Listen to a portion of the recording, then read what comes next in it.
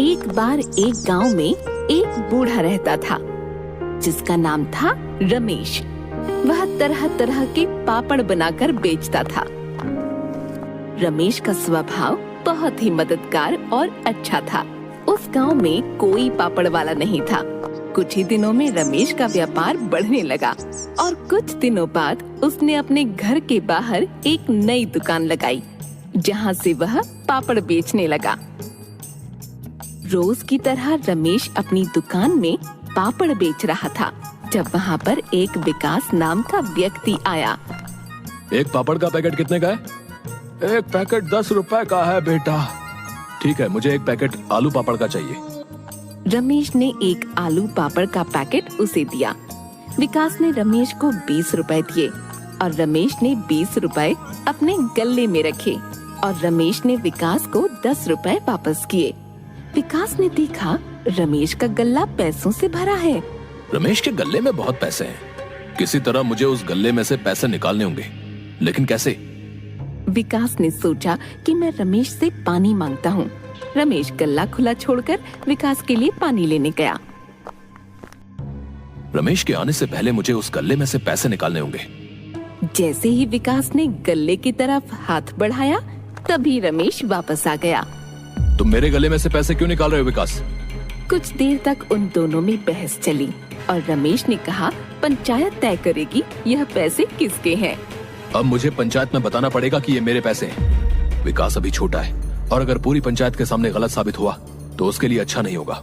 वो अपनी गलतियों से खुद सीख जाएगा। अगर तुम्हें लगता है ये पैसे तुम्हारे हैं तो तुम रख लो, मुझे कोई बहस नहीं करनी है।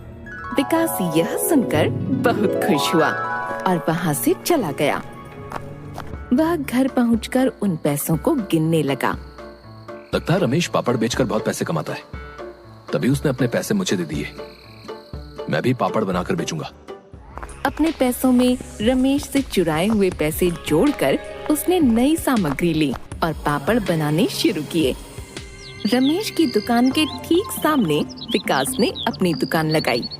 पापड़ ले लो, पापड़ पापड़ ले लो।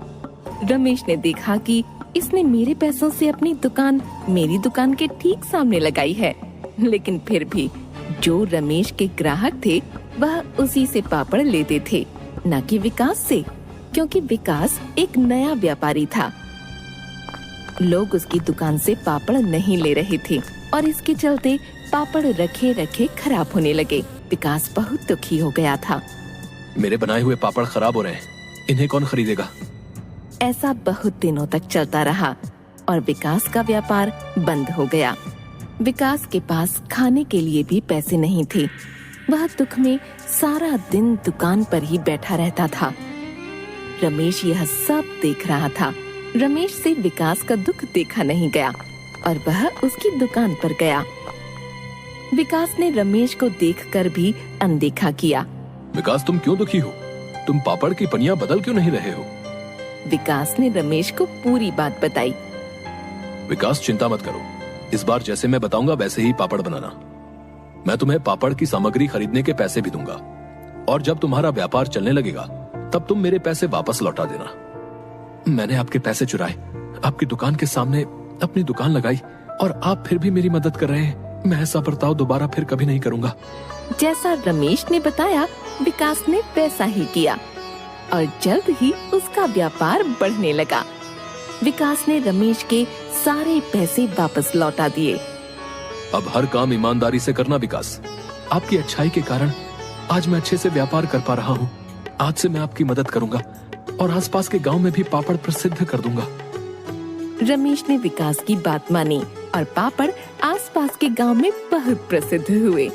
इससे उन दोनों को बहुत फायदा हुआ और वे दोनों हंसी खुशी रहने लगे।